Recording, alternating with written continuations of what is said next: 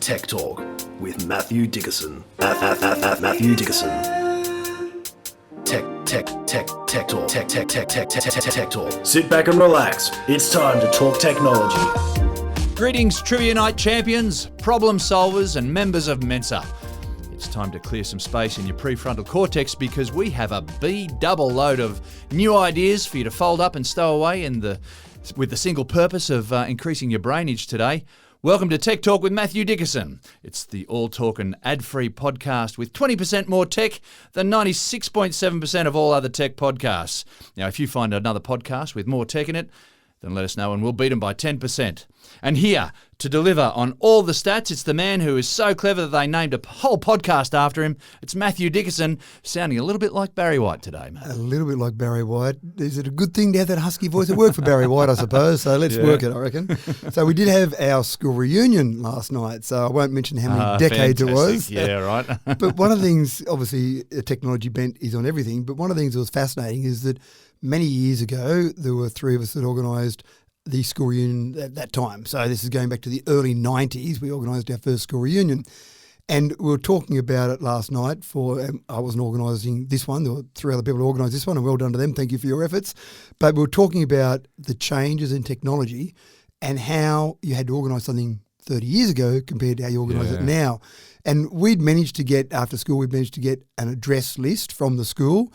That wouldn't be allowed these days, too many privacy laws. But so we had an address list of where these people were in year 10, because that school that we're at finished at year 10. So where they were in year 10. So 10 years later, we're doing the reunion. So we were literally sending letters to these places, hoping that the people mum and dad... mum and dad might still be there. Yeah. We were banking on mum and dad more than anything else. So we started about 8 months before the reunion date. Yeah. And that was the first approach. Send out letters to all the people. And if you've got the address of your child, or if it's someone else who lives there, please help us out. So that came back to us. So we did 3 rounds of letters with more information each time to try and get there. No mobile phones to contact people on. Wow. Landlines, we had all these landline numbers to try and ring people on. So the process to just get together everyone, and I found some old letters. I was looking through some stuff coming up to this reunion. The letters we sent out, thank you for the information. Could you please pass this on? That were typed? Oh, they were typed up, but that was another part of it. We had this crazy idea of saying, wouldn't it be good to hear what people have done in the last 10 years? So we said, send in your life story. And people did. Fantastic. Lots of handwritten life stories. So then we said, well, great, we can't take these and just photocopy them and put them in a book. So we had to get one of us to type them all up. So all the time to type all those letters up. And then even the production of the booklet, it was a process to get, I used a program called PageMaker 4.5 for DOS. So laying out the booklet, the text was okay, but photos, we were going to put some old photos in there as well. Well, you couldn't just scan. Well, did we have a scanner at all? You couldn't just scan them and put them into the document. So we'd leave a little space in the document. When we print that page, we'd literally cut a out. Photo. Yep. And it was the cut and paste, not using Control X and Control V. And resizing, forget it. That's right. So you'd stick those in and then we'd photocopy those, but manual production of the booklet. In other words, manual collation. And I remember the last day we were producing the magazine, we had about 20 of our friends from school come around, and that was their job, all these magazines. Right, everyone, go along, pick up a page one at a time, don't miss one, boom, and then collate it. Whack Whereas a staple in, when I reproduced it this time, it was print, duplex, X number of copies, and collate. And there we go, there's that one. I had to fold it in half and staple it. So, but just the contacting people using various online tools. Now we've just got a group, a messenger group we use. It was, hey everyone, we're going to do a reunion. Here's the date, here's the time, pay your money to this bank account. And that, I'm not trying to play down the three organisers did much more than that, but that's the basis of just contacting people. So it's so much easier now with technology. Well, you tell young kids these days and they won't believe you. It does sound like a Monty Python skit, doesn't it? So. All right, folks, get comfy because we're building a ton of synaptic connections in your cerebrum today. Now, we'll be decoding peak hour traffic for a smoother run of green lights all the way home. We're looking into a new and easy way to spot skin cancers, and we've got a little something for the nocturnal types with a new generation of night vision. But let's get cracking with a story that'll get tongues wagging. Tired of debilitating RSI from overworking your mouse-clicking hand? Yeah, me too. Well, fret no longer, friends. The answer is here, and we're taking your troubles out of your hands, and we're putting the answer literally in your mouth. Matt, a tongue-controlled mouse might also keep the office chatterbox quiet for a couple of minutes. That'd be nice, wouldn't it? The tongue's actually quite an interesting little muscle. It's got 8 muscles actually in it, not just one. Yeah. And it actually is very good at resisting fatigue. Unlike going for a run and you get some lactic acid build-up, that type of thing, the tongue is actually very good. Can just keep going and going and It going. does, which Yeah. again, with some people in the office, maybe that's not such a great thing, but it is actually quite good. So in this particular example, it's probably along the lines of Neuralink that we've talked about before, but not everyone loves the idea of having something inserted in their brain. I'm not sure why. People are a bit funny about things these days, but Yeah, holes in my head. Yeah, drilling holes in the head is... yeah, what the heck? And then connecting to a minimum. some little electrodes into my brain to then control it. For sure. But there are people out there that need some help in controlling their computer for a whole range of reasons. They might not have the ability to use their arms. They might have some sort of disability. They might even have something like Parkinson's where they're a bit shaky, and a mouse that's a bit shaky obviously makes it hard to move around and click. Neuralink we've talked about before, where you can think about where you want that mouse cursor to go, and they're getting there. It's a bit clumsy at this stage, but they'll get there. But this example is using a tongue-controlled mouse cursor. I like to call it a MouthPad. Ah, nice. It's got to have some sort of groovy name, but it basically looks like a bit like a lollipop, I suppose you'd call it. As you move your tongue around on that lollipop, it would be like moving a cursor around your screen. Click, double click. You can just click like you can do to do something, or a bit of a suck to do a double click. So you might make a slightly different action in your mouth to do something like that. And the testing so far, and I watched a little video of it, it's actually reasonable. It's not fantastic, but I started thinking of other things. One of the things that I find frustrating sometimes is on a plane, when I'm traveling on a plane, and I still like to use a good old-fashioned mouse because you've got a bit more control. The touchpad on the computer on the notebook when you're sitting on a plane, I find it a bit claustrophobic. it's a bit claustrophobic, and it never seems as accurate. Yeah. And then if you get your elbows out too far, if there's someone beside you, they get a bit annoyed with you and all the rest of it. So I thought, imagine the idea of just sitting in a plane, slipping this into your mouth, and there's my mouse control for my computer, and then away I go from there. So again, the focus is more about people that can't use a mouse, people that have problems controlling it. But then Imagine a plane full of people using these. It's going to sound like people clicking and... That's right. All these funny little noises coming out. So the other part then is if you've got something where you can control a mouse, then why couldn't you control, say, a wheelchair, a robotic arm, robotic legs? If you can get to the stage where there's enough control with your tongue over some device in your mouth, then maybe other things could be controlled as well. And sometimes it starts off with one idea and someone says, well, that's not bad, but we could adapt it to this and adapt it to that. And then before you know it, someone sits there that they might be a quadriplegic, and they can control a wheelchair and move around and have an arm reach out and pick up a cup of coffee and have a drink out of it. So it's amazing. Yeah. It just takes the right person to come up with the right idea using something that someone else has come up with. I think that's a great concept. And even the whole idea of how can we control a mouse? So the Neuralink one, there's one option, but what other things can we do? Now, we've seen things with eyes where people can try and track eyes and move around a mouse with that, and that's not great, but it's workable a bit. But the tongue, last week we were talking about people controlling a thumb with their toes. Yeah, that's right. Yeah? So it's just, creativity. The human brain is a wonderful thing and comes up with some amazing ideas.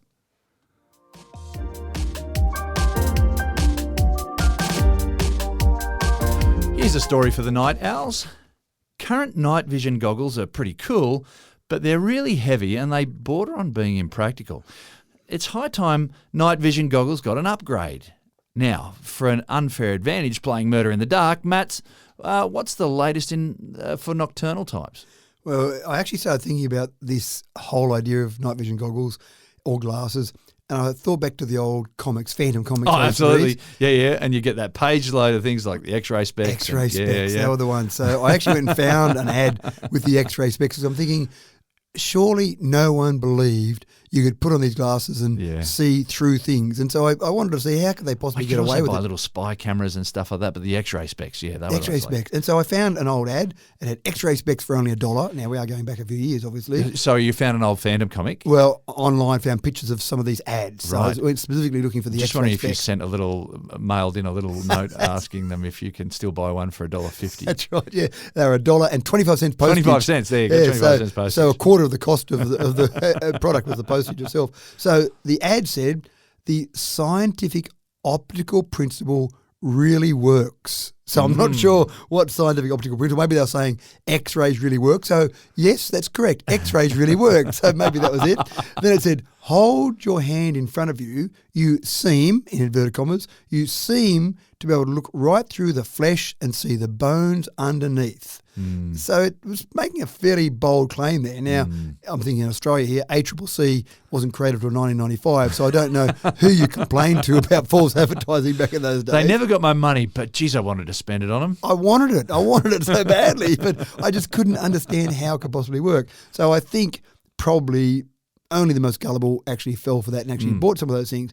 But if someone had have said in that same context, here's an ad for put some glasses on that look like normal glasses and see at night, I would have been, sure thing, just as cynical as the X-ray specs. But not so quick, it turns out. Maybe there is some future here.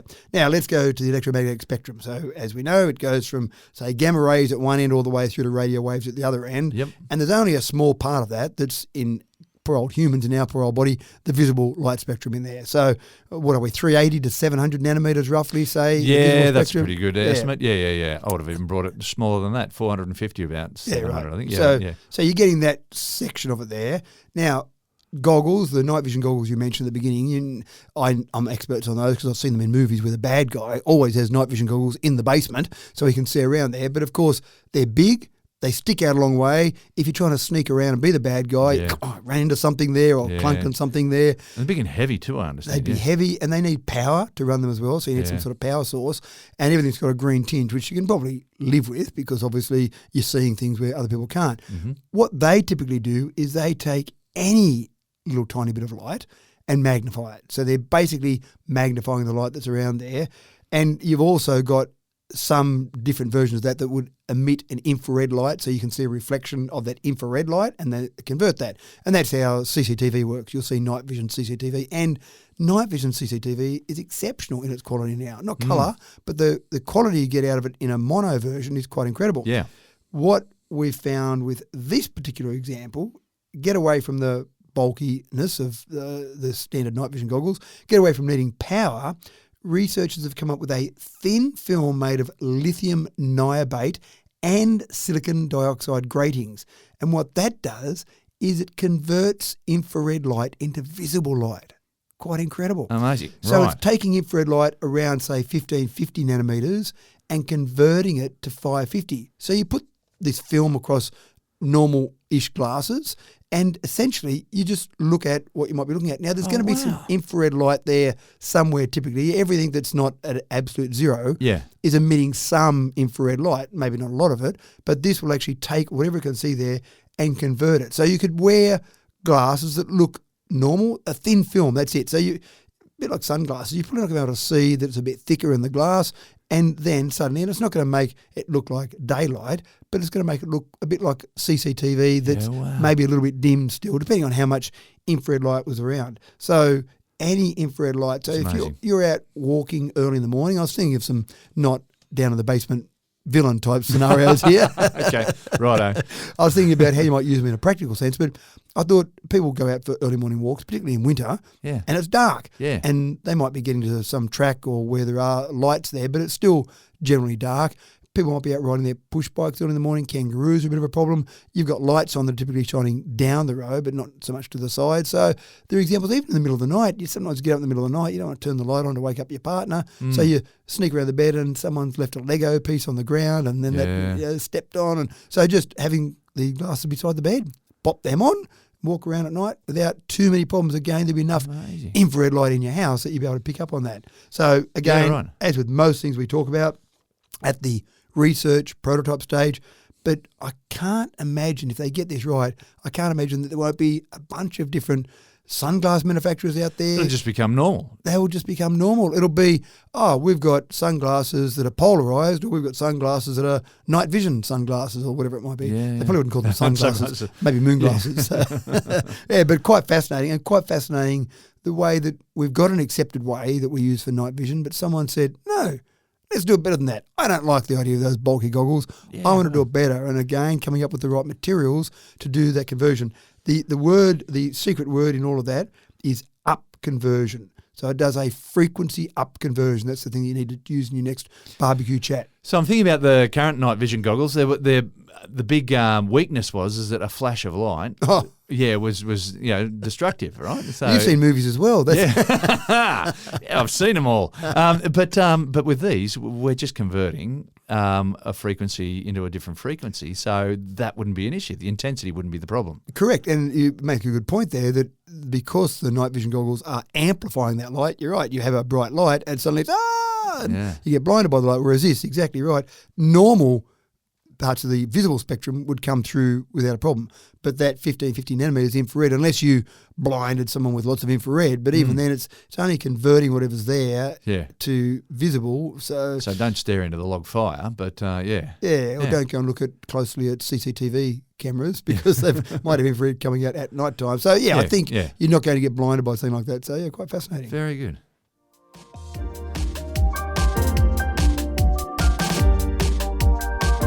Here's an encouraging story all about creating order out of the chaos of peak hour traffic. Now, I had always figured that getting a run of green lights was just pure good fortune, a glitch in the matrix perhaps. Actually organising them to occur in sequence was surely a thing of Hollywood myth, a folly, an impossibility. There are too many permutations to that problem, folks. But Matt, it seems that without the need of any new hardware, a traffic revolution is at hand here. Quite possibly using metadata, for want of a better word, that's a bit more complicated than that, but using what you've already got available, which is some way of tracking where people's phones are and how many there are there. Other things as well, in terms of cars that have got telemetry on board and that information being available. But if you go back a couple of steps, normal traffic lights, and even they're getting a bit better now, but in the past, there were sensors in the ground and there was a timing process that was set up. So the major road might be going one way, that had preferential treatment, so that would stay green a bit longer, and then the side street might be green a bit less longer than that. And I know you'd be sitting at those traffic lights on the side street looking up and down the major road going, there's not a car inside. Oh, middle of the night, it was late night and you're stuck at the lights and there's no one else around. I want to so badly go. I just want to do it. And in the old days, it seems like every intersection now has got a roundabout or a giveaway sign or traffic lights, but back when you and I got our licences, it was give way to your right. It seemed like a fairly simple process. Right, someone on my right, give way, someone on my left, okay, I can go, no problems at all. Well, it still had accidents, but maybe some problems. But with the traffic lights there, it's sitting there going, I'm giving way to my right. It's okay, I want to go. But of course, you don't because you're not want to breaking the law. But it's the timing there where it's just set timing. So it's set up for peak timing. Some cleverer traffic lights have the ability to then change their timing depending on traffic flows and the time of day. So in the middle of the night scenario there, you come along and you trigger the sensor on your side, it changes pretty quickly. And you've probably seen traffic lights like that where, that changed pretty quickly. Fantastic. It stays green on the major road most of the time until a trigger. But this is a little bit cleverer than all of that. Well, a lot cleverer than all of that. It tracks the movement of cars. And rather than waiting for that one sensor on the road to go, okay, we've got a car there now. How many have you got? Oh, well, we got triggered, so that should be enough to give us information. Sometimes the sensor's back a bit, so it might be, it's triggered twice. But in this scenario, just tracking where those phones are in cars, where the cars are themselves, and then saying, now, we know how many cars are flying along this direction. We know the best time, and writing an algorithm to do that is a challenge, the best time to change these lights. And when you break it down, there's some work done in the US, 10% of travel time in city traffic, so not going out on country roads, 10% of time in city travel is spent sitting at a red light. So it's a fair amount of travel. You think about if it takes you 20 minutes to get somewhere, 2 minutes of that is just sitting at a red light. Twiddling your thumbs. So, exactly right. Now, they've started doing this testing already, some trial sites, 14 cities, including Abu Dhabi, Hamburg, Seattle. So the idea here is that they think they can get a reduction just without making any changes to the traffic light hardware. Obviously, there'd be a change in terms of the way it's triggered, but nothing installed underground, nothing needed to be upgraded on the hardware apart from being able to receive this information. They say a 30% reduction without having to upgrade the hardware. That's amazing. It is. And we talk about the wonderful future, we've talked about it before, where all our cars are connected and there's a car coming along, hey, stop car being driven by James because I'm coming along this direction and I've got right of way, and so the cars can talk. But you need all cars, or at least the majority of cars, to be connected to do that, because it gets a bit of a problem if you've only got a few cars like that. So that's a long way down the track. But this now, because we've got mobile phones sitting in our cars, then we've got this metadata we can get access to start to make some of these real-time decisions. And we see it now on Google Maps. You see, or on any map, whatever map software you use, you'll see different parts that are different colours on the map, and that's just reporting basically how many phones are seen in that section of the road. So what you need to do is carpool. So you've got 4 people, each with phones in your car, which makes it look like there's 4 cars coming. 4 cars, that's right. Bingo, you get that run of green lights. Yeah, I wonder how they go about addressing that. I wonder if they've got some sort of algorithm. I just reckon that's going to be excellent for people carpooling. Yeah, well, it encourages carpooling and encouraging that. Yeah. Anyway, we've got some changes happening here, hopefully at some stage in the near future. This is a bit closer because they're already trialling it right now. Just a matter of upgrading some of the traffic lights around near where you live.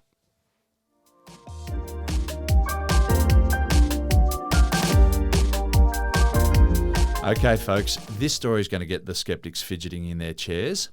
We talk a lot of weird and wonderful new gadgets on Tech Talk here, and for the better part, by far they are 100% legit, albeit that some may be still in their design phase, shall we say. Matt, I don't want to undersell anything that you ever serve up, but today, here, now, you're going to tell me that researchers are working on an AI doggy dictionary to translate barking into English.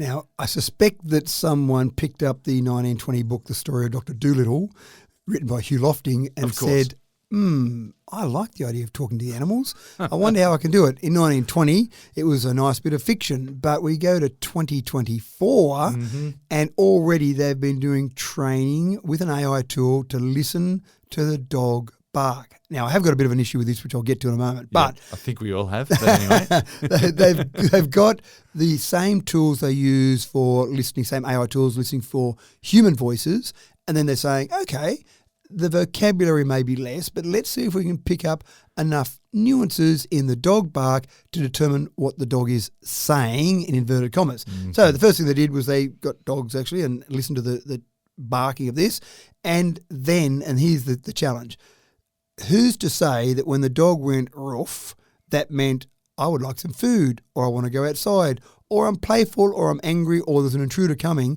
So someone has to say to the AI tool, that bark meant this. So at some point in there, the human has to say, I think I know what the dog's saying. And is there a special bark that's going to say, no, I didn't mean that? That's right. So put that to a side for a moment. But to me, that's the real challenge in this whole process, because I'm sure an AI tool could pick up different barks. I don't have a problem with that at all. Yep. But then I don't know how the AI is going to say what that means. Give it some words. That's right. And then I don't know how a human's going to say what that means, because I've got a dog and the dog makes noises and I go, here, open the door. Do you want to go outside? Yeah. Or no. Oh, you've got food there. Do you want to go? No. Someone's at the door. So it's all these different things. Yeah. Interpreting that is interesting. Now, what they have been able to do some interesting things. They have been able to determine different breeds of dog by the bark. And that makes sense. Different size dog, maybe a deeper bark for a larger dog, and a high-pitched bark for a smaller dog, for example. So I can understand that, but most people can look at the dog and go, yep, that's a poodle. So I don't know what that's going to do to help us. Have you seen the Gary Larson Far Side comic where we've got the professor putting on the headphones for the dog barking translation? And you've got these dogs barking at him, and the words that are coming through are, hey, hey, hey, hey, hey, hey, hey, hey, hey, hey, hey. Anyway. It does feel a bit like that, doesn't it? What I want to see is getting to the stage where you've got tools now, I use them when I go overseas, where I speak in English and it translates that to Spanish, and then the person speaks in Spanish and comes back to me in English. So can we get a tool like that we can sit in our home, the dog barks and it says hopefully not just hey. It says, I want to go outside. I want to go and play. Yeah, I'm not convinced I even want to know. It's just like I would just rather make a decision on behalf of the dog. Yeah, right. Okay, we are going for a walk. So- You are going to get fed. So dictatorship is more your go, rather. That's what I need. Yeah, yes. Yeah, when it starts becoming a master because it's making demands. Yeah. Yeah, that's right. And then sitting there going, I know you know what I'm saying because you've got this interpreter here. You can't play dumb anymore, James. Sometimes people come up with stuff just because it seems like fun to do. Yeah. Maybe that's what this is. But I mean, it's a university doing the research, so someone's obviously been able to pitch it to Could be their for a laugh. professor. Well, it could be as well. Yeah, Wonder if who knows? dogs are going to start reciting Shakespeare. Listen to enough dog barks and you'll create Shakespeare.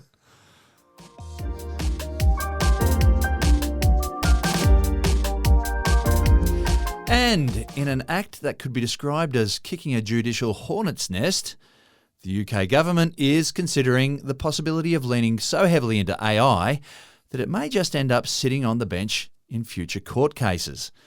Matt, AI may be completely impartial, but there's got to be some broader implications here as well. I actually did an April Fool's Day joke previously where I said that governments had announced that they were going to add an AI politician, an AI counsellor into the mix because you take all that emotion out of it and you just have this decision-making process that would take all the data, all the facts and say, there's my decision. And it brought the emotion out of the people, didn't it? It did bring the emotion out of the people. I think people even called me names about that one. So until they looked at the date and then they called me more names because they got tricked. But I do like the idea of analysing the data.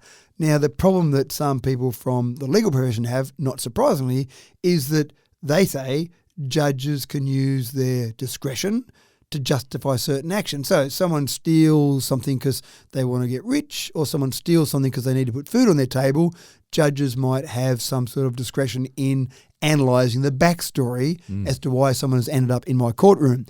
If you took it just with an AI tool and said, no empathy, no looking at the backstory, tell the backstory, but I'm going to judge it on the actions. You stole that.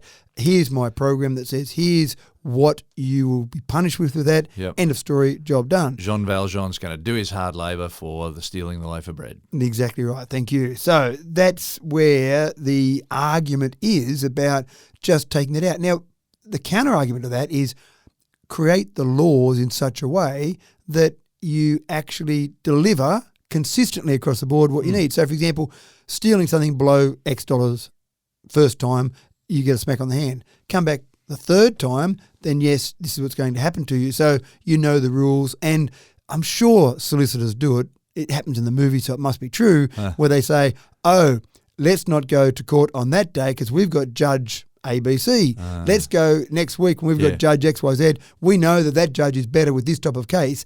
When people start to talk like that, then you know there's biases, there's preferences coming in. But then, flip to the other side of that, we've seen with AI tools, because they're gathering information that's out there and there are biases in the society, then the AI tool has been shown to have biases. So they've used AI tools, for example, in doing job selection and in looking at CVs initially to pick people to be interviewed. And there have been biases in that. There have been certain biases where certain people, certain backgrounds, certain ethnic or ethnicity, they've been picked because there have been those biases present in society. So biases inescapable even for AI. Even for AI. So having those biases when someone appears before them in a courtroom, they would probably come through as well. It's a really interesting discussion. They've tried a few things so far where they've done some mock trials, or they've had a case that has actually gone to a normal court system and it's come out the other end, and then they've given that to AI. And that's really what they found, is that there was just no anywhere there for some sort of ethical discussion, argument about why this person was in front of the court and maybe the punishment should be a little bit different. It was just, here's the rules, that's the outcome. Well, being a magistrate or a judge, it's something that really needs, I think, to have that humanity behind it. Well, especially, and a lot of people have their own opinions about this, but yeah, but especially if you are saying you've got to have a custodial sentence, that's a pretty big call. And for a human, for a judge, to get to that point, sorry, James, you are such a danger to society. I'm going to put you somewhere where you're not interacting with society. Wow, that's a big call. So you want to be sure it's the right thing to do before that judge says that's what you're going to do. Yeah. Jury's a different story again. But it's an interesting discussion, and maybe even running some of these cases parallel would be interesting to see what things that might be missed. For example, a judge could look at that and say, what would AI do? Okay, I hadn't thought about it from that angle. I'll think about that in my final judgment. So maybe it's a tool rather than the final outcome. Well, I wonder what other sort of pressures are behind the UK government's consideration here. I mean, is it just a shortage of numbers of people to sit on the bench? Is it other pressures that are involved as well? I don't know. I think the main driver is efficiency. Yeah, so the court system, as with court systems apparently across the world, clogged up, and it just takes so long. I'll read an article one day about something that's happening, someone going to court, and I'll forget about it. And 6 months later, right now, the next court appearance, what happened for that 6 months? Why did it take them so long to? Did it take them that long to get the evidence for some seemingly minor indiscretion there? So it's efficiency, but also fairer decisions, I suppose, and that's where the challenge is. What is a fairer decision? It's also much harder to threaten a computer, isn't it? That's right. You feel like maybe the programmers, if you don't go and change that algorithm.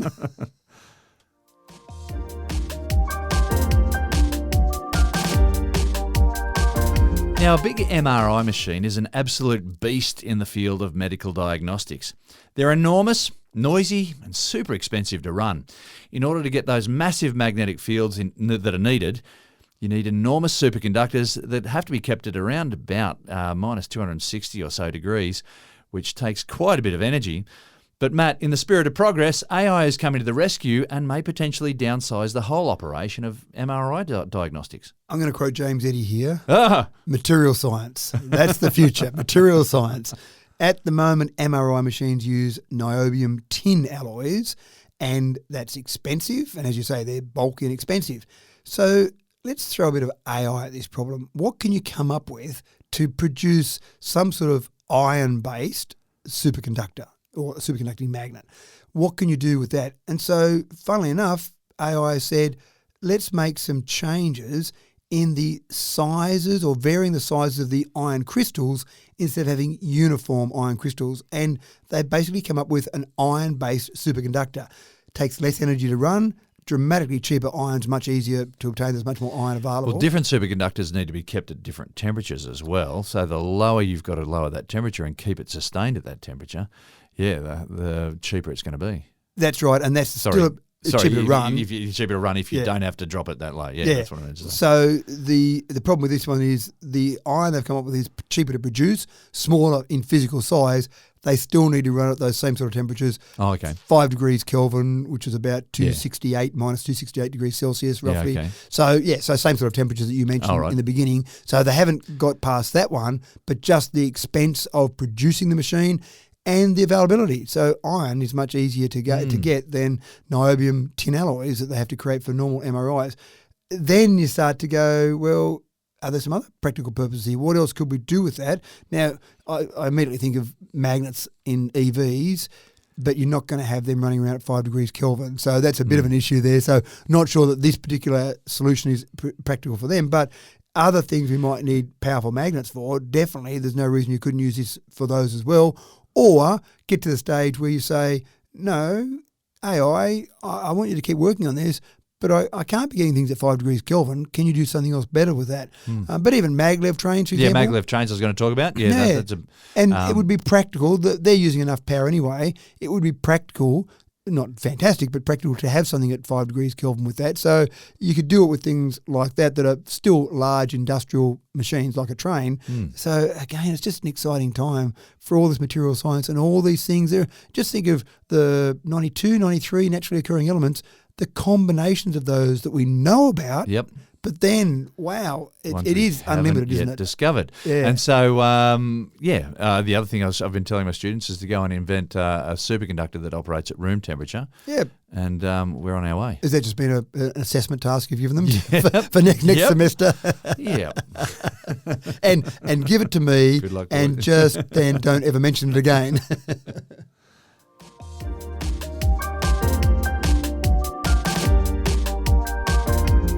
Skin cancer is such a dirty word, and it's a shadow that lurks in the back of many Australians' consciousness.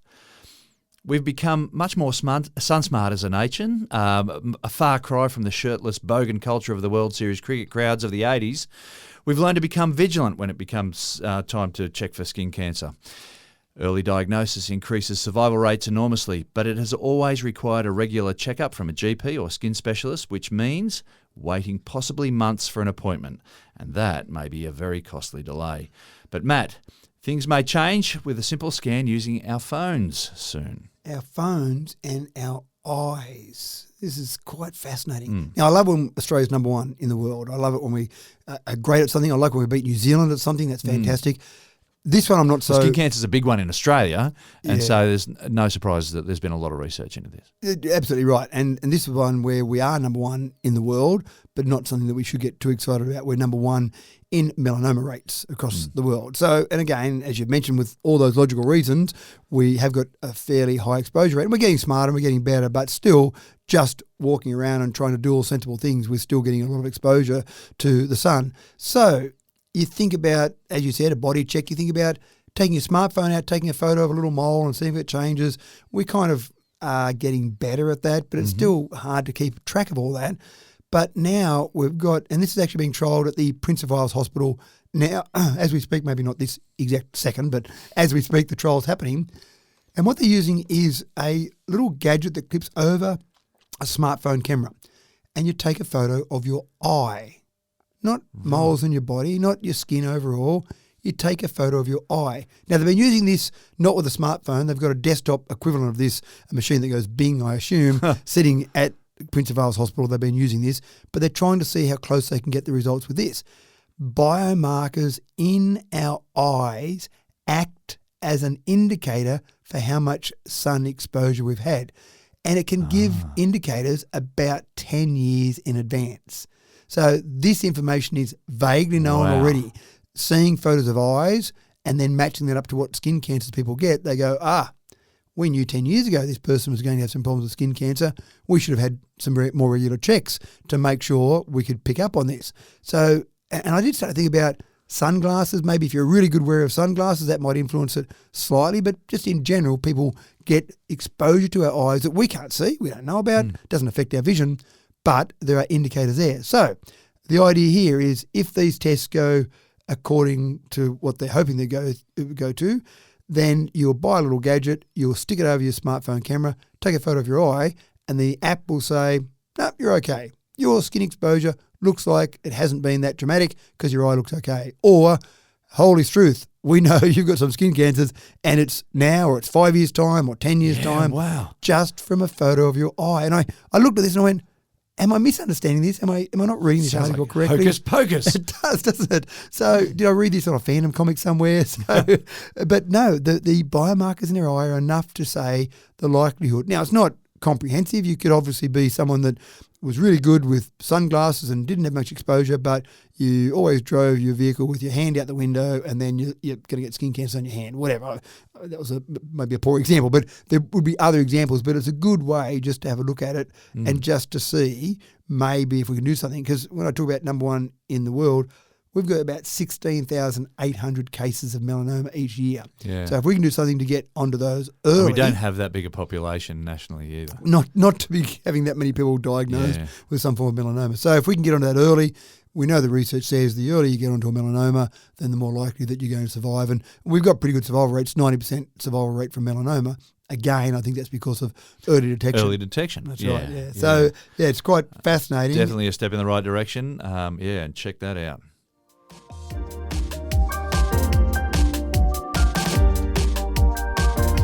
In an uber health-conscious society where weighing meal portions and calorie counting is commonplace, life is about to become so much easier by simply getting AI to scan your meals. And does that sound enticing? Getting AI to scan your meals for you? Sounds like a whole lot of pressure. Matt, what are the chances that AI develops a smarmy, judgy attitude as well? Oh, I hope so. You going to eat that? Do you think that's enough cake for you today? Another portion? Are you sure? So that'd be good. That might help a lot of people. But some people that are trying to lose weight they go through this process of counting calories, and I wish we'd say counting kilojoules, but people still say counting calories. Maybe the alliteration there they like. Yeah. Sorry, I did drop that. That imperial unit in there. So That's my right. apologies. But I think it is. It's just because we've said it for forever. Yep. It's like, that thing, that's miles away, but no one actually says how many miles in Australia. Maybe in America they do. So counting calories, what a pain. Every bit of food you get, how many calories has that got, or how many kilojoules, let's weigh it, or let's look on the packaging. And I think, I've never done it, but I think if you were someone who did that, you'd be really good at it for a little while. Yeah, that's right. This has got a shelf life. That's right. It's only going to last for a certain amount of time. Absolutely right. It would tire very quickly. So why don't we bring in a bit of AI and video analysis? So forget about telling AI what food it is, analysing it, photographing it. Just have a video of you eating, and it's analysing the food. Now, obviously, it's got a database of a whole range of different foods. Analyse that, analyses how big those portions are, and then at the end of the day, gives you an approximation of your kilojoules. But in the tests they've done so far, it's been accurate to within 4.4%. So it just means setting up something to video you while you eat. That might be a bit weird. Sitting at the restaurant, what are you doing? Just putting a video here while I eat. So I can tell that the steak is low fat and that the cake that you're eating is sugar-free or whatever. Well, fingers crossed. That'd be some very good subtleties there. I wonder how it would go with some of those things there. How does it know that you've chosen that particular cola drink that's the sugar-free or the diet version of that? I don't know to the nuances of that, but I do like the idea of it just going, right, I'm going to look at my weight, I'm going to try and address obesity in the world. Just here, I'll video me while I eat. I mean, I still think that sentence sounds a bit strange, doesn't it? I'm going to video me while I eat. So anyway, that's the thing. But and it knows what a Big Mac looks like. Exactly right. So, and it probably would. Common things like that, absolutely. It'll be more when you cook a banana cake at home and then eat some of that, working out exactly what that's going to do depending on your little special recipe. But maybe it's got to watch you make the cake as well. maybe. Now it gets weirder. This is sounding like George Orwell. And then just upload it to this secure cloud, and then away we go. But I think the bottom line is that you would get an estimation. It may not be perfectly accurate, but the other part is with a lot of these types of tools, it's not even about the absolute number. It's about the comparison. So how many kilojoules did you consume every day or on average last week per day? And let's look at it this week. So even though that banana cake you made, it might get that a bit wrong, but it would say, well, last week it was this based on 2 pieces of banana cake. This week it was 1 piece of banana cake. So the estimations there, I think, would be more a comparison basis. Keep your banana cake to a minimum, perhaps? Maybe.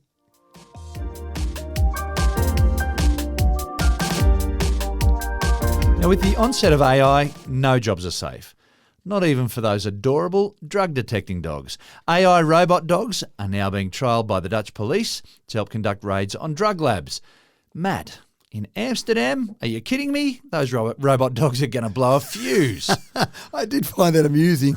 And I've been to Amsterdam, and one thing I found fascinating was I picked up the tourist guide, the book to have a look about Amsterdam, and one of the bits of advice in there was about buying drugs. And so it told you about the best places. Well, basically, make sure you go to the strip shops that have got the, not strip as in clothes, but as in along a strip mall. Go to those shops to buy there. They're registered, authorised dealers.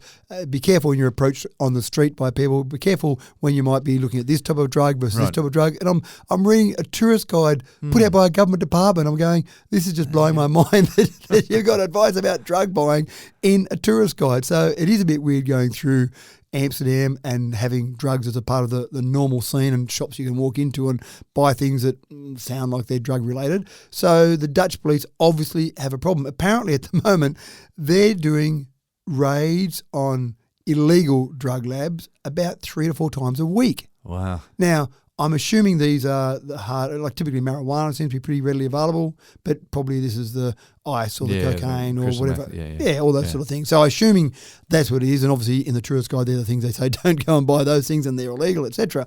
And they're probably not good to take anyway. So it's a bit risky because I don't think that some of these places that are running these illegal drug labs love the idea of the police knocking on their door and say, can I have a look at your operation? In fact, they might probably be a bit more aggressive than knocking on the door, and maybe the response they get back from the drug labs is a bit more aggressive. People's lives are put at risk. But the other part, you want to be sure that they're producing something rather than knocking on the door, make a raid, and there's people in there doing cross-stitch, and you go, oh, sorry, we'll get you a new door.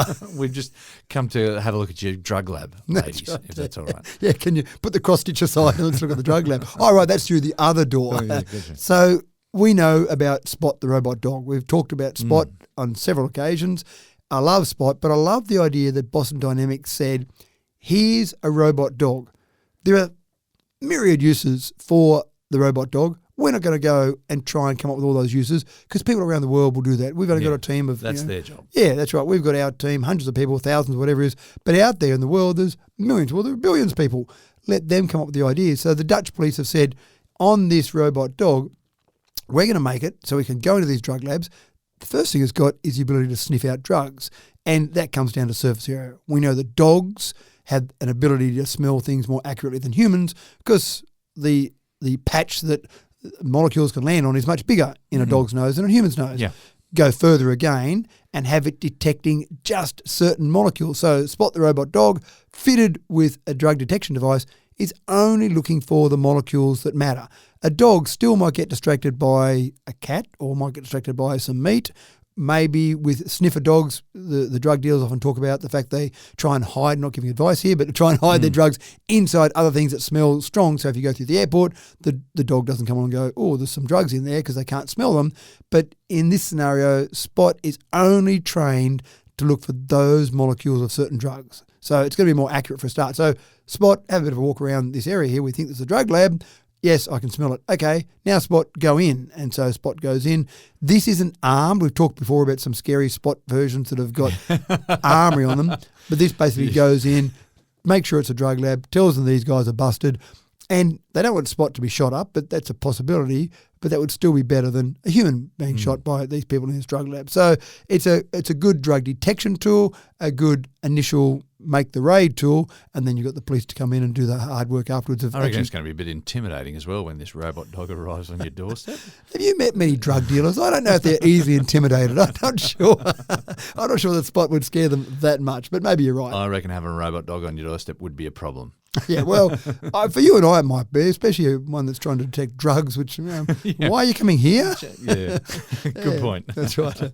Anyway, it's an interesting one and just another use of Spot, which is fantastic. And that's all there's time for today, folks. The day is just too lovely to be stuck indoors in a room without windows, so we're going to bust out of here. Thanks for another cracking Tech Talk, Matt. And what I've got to go and do to fix my voice, I think, is go and use one of those deep fakes that we've played with before. So anyone I want to talk to over the next couple of days, I just need to type it up, have my voice replicated so I can have a normal conversation with them. Maybe I should have done that for today. I thought you survived quite well today. Well done. Oh, thank you. Folks, some big take-homes today. If you're sitting frustrated at the lights, then it's all AI's fault, and that's where you need to direct your anger. Also, get your skin checked regularly. You've got nothing to lose by it. And lastly, don't cook drugs in a lab because robot dogs are coming to get you, and then an AI judge is going to throw you in jail, and that's a fact. Thanks for tuning in again today, folks. Each shiny new Tech Talk episode has been hand-polished with 13 coats of the finest shellacs, each delivered with nanofibre cloths to give a glossy finish that would reflect the light from Alpha Centauri itself. I'm your host, James Eddy, signing off on another week. Matt and I hope to catch you again in our next week with another mint condition episode of our humble little podcast. Don't forget to tell all your friends about us because there's so much good to go around. See you next week.